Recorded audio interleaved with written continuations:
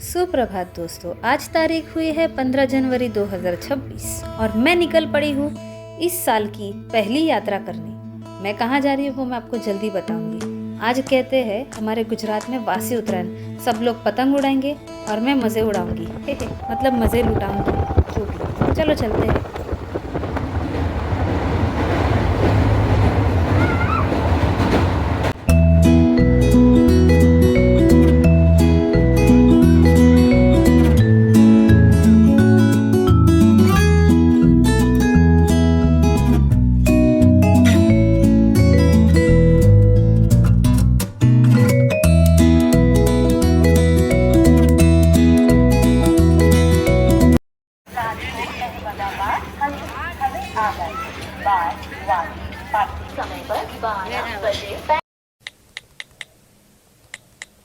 हमारी ट्रेन ने हमें पहुंचा दिया है यहाँ पे ऑलमोस्ट 12 बजे 11 बजे की जगह पे। खैर ऑटो कर लिए मैंने और now I am going to the Somnath.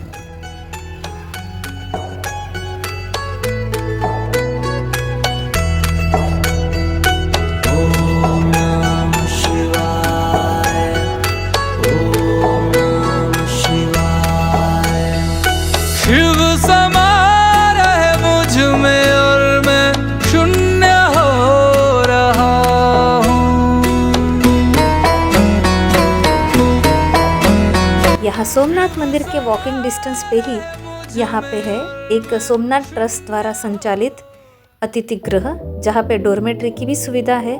AC के लिए 200, नॉन एसी के लिए 90 रुपीज़। तो मैं यहाँ रुक रही हूँ, ठीक है, जहाँ पे मैंने सामान रखा। और आज ही मुझे सारे मंदिर जाके आने हैं क्योंकि रात को 11 बजे की मेरी ट्रेन है। सो या 1 hour later. ओके गाइस, मैं हो चुकी हूँ ready and now hi guys, मैं हो चुकी हूँ रेडी और अभी हम लोग जा रहे हैं मंदिर दर्शन करने के लिए। मैं आ चुकी हूँ डॉर्मेट्री के बाहर। इतनी भरी दोपहर में मंदिर जा रही हूँ मैं, बोलो। हेलो पपी, हाय। गाइस 1:30 होने को है और मैं इतना लेट जा रही हूँ दर्शन करने के लिए, बट इसमें मेरी गलती नहीं है। बस ही लेट नहीं, रेलवे ही लेट आई थी। खैर चलो मैं आपको दिखाती हूँ नज़ारे आने।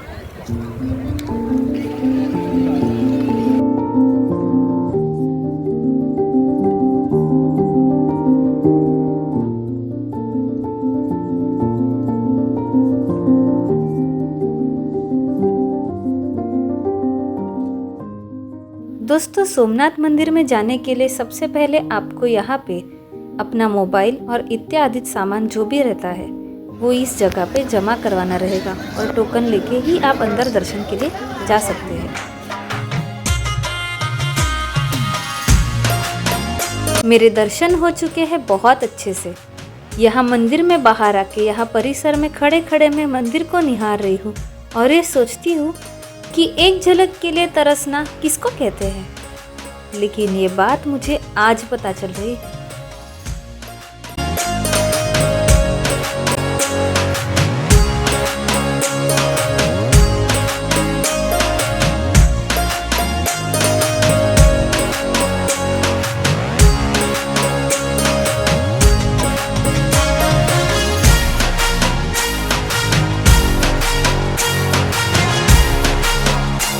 और अब मैं जा रही हूँ लक्ष्मी नारायण जी के मंदिर में।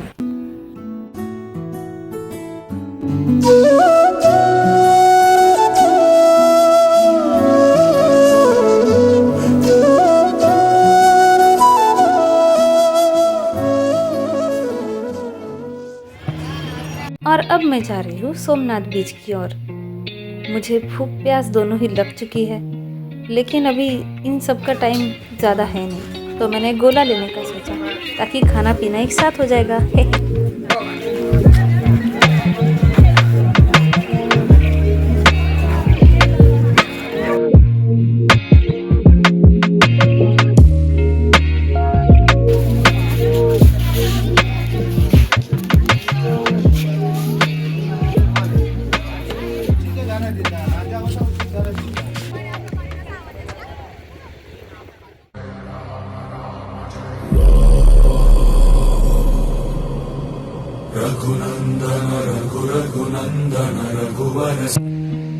सोमनाथ बीच के एंट्री के वहाँ पे हमें एंट्री से पहले टिकट लेनी पड़ती है, जहाँ पे अगर आप सिर्फ बीच घूमना चाहते हो तो आपको सिर्फ 5 रुपये पे करने हैं। साइकिलिंग कर रहे हैं तो उसके अलग चार्जेस है।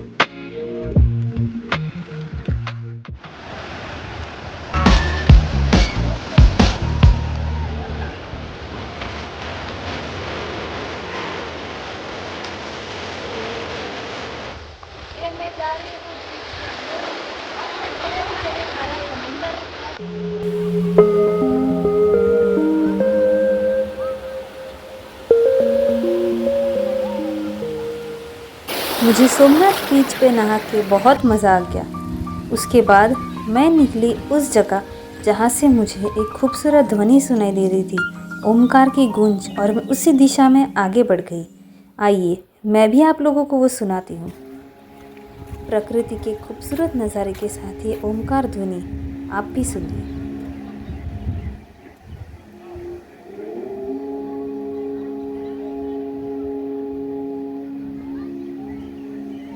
यह है सोमनाथ मंदिर का बाण स्तंभ, जो ये संकेत देता है कि यहाँ से दक्षिण ध्रुव तक कोई बाधा नहीं है। ताज्जुब की बात जानते हो दोस्तों कि इसका उल्लेख तो 6ठी शताब्दी में प्राचीन भारत ने किया था।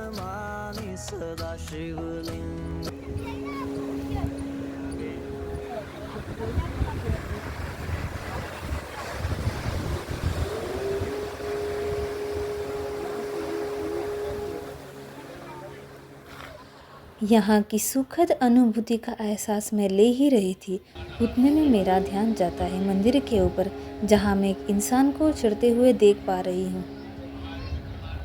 और मुझे फिर समझ आता है कि वे मंदिर की ध्वजा को बदलने जा रहे हैं। आइए हम देखते हैं। ये मेरा सौभाग्य है कि मैं ये मंजर अपनी आँखों से देख पा रही हूँ।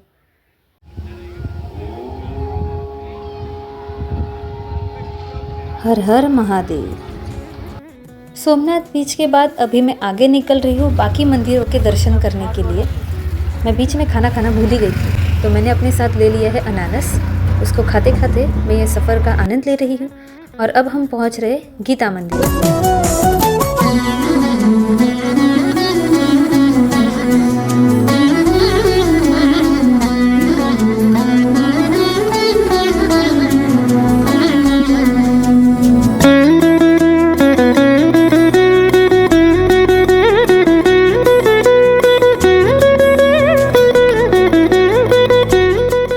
गीता मंदिर के अंदर और भी कई मंदिर हैं जहाँ पे फ़ोटो खींचने पे साफ मनाही है, और कुछ जगहों पे हम फ़ोटो खींच भी सकते हैं।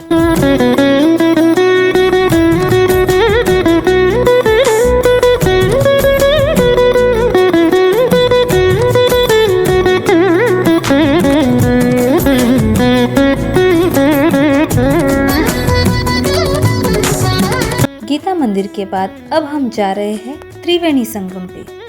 यह सोमनाथ का वह स्थल है जहाँ पे हिरण्या, कपिला और सरस्वती नदी मिलती है, और यहाँ पे स्नान करने वालों के पापों का क्षय होता है और आत्मा की शुद्धि होती है, यह मान्यता है।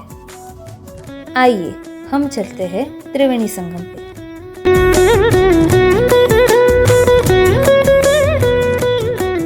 यहाँ पे ढेर सारे पंछी हैं।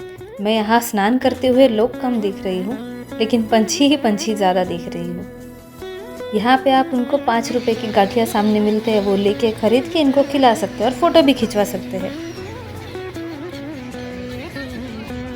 मैंने भी पंछियों को खाना खिलाया और फिर मैं यहाँ पे बैठ गई और अपने हाथ पैर मुंह धो लिया और थोड़ी देर यहाँ पे विश्राम किया, क्योंकि इसके बाद मुझे पहुँचना था अपने डोरमेट्री, और वहाँ से मुझे मेरा डिपॉज़िट वापस लेना था और अपना जो सामान था वो भी वापस से कलेक्ट करना था, क्योंकि मुझे आगे जाना था वेरावल में बाकी मंदिरों के दर्शन करने के लिए।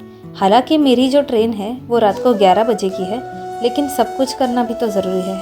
ऑलमोस्ट 6:30 हो चुके थे और हम पहुंच गए यहाँ पे वेरावल में।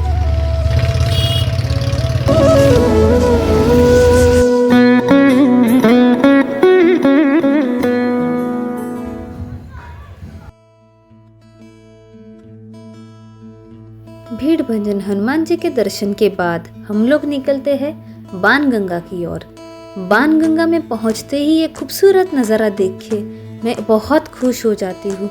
समुद्र का पानी और वहाँ पे महादेव उपस्थित, इतना खूबसूरत नज़ारा मेरी आंखों को तो बहुत ही आनंद आ गया और मुझे अंदर से इतनी असीम शांति मिल रही थी कि मैं क्या ही बताऊँ दोस्तों। आप भी आप यहाँ आइए और आप ये खुद अनुभव कीजिए।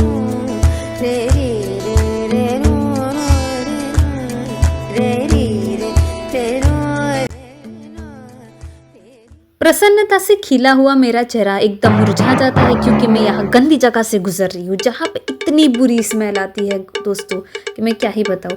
ये मछलियों की है, पता नहीं क्या है, बहुत बुरी स्मेल है।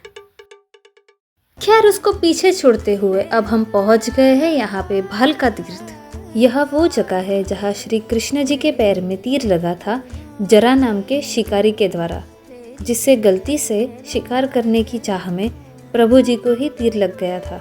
यही घटना श्री कृष्ण जी की लीलाओं का अंत और उनके वैकुंठ गमन की शुरुआत मानी जाती है। हमें इस जगह से ये सीख जरूर मिलती है कि ईश्वर अवतार भी कर्म और समय इन नियमों से ऊपर नहीं होता।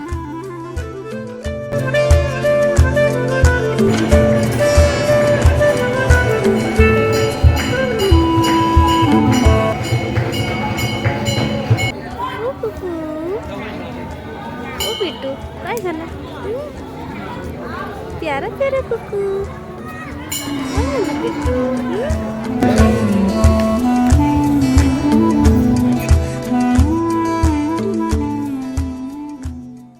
इसके बाद मैं पहुंच जाती हूँ खाना खाने के लिए और उसके बाद स्टेशन की ओर, क्योंकि कल सुबह मुझे पहुंचना है द्वारकाधीश।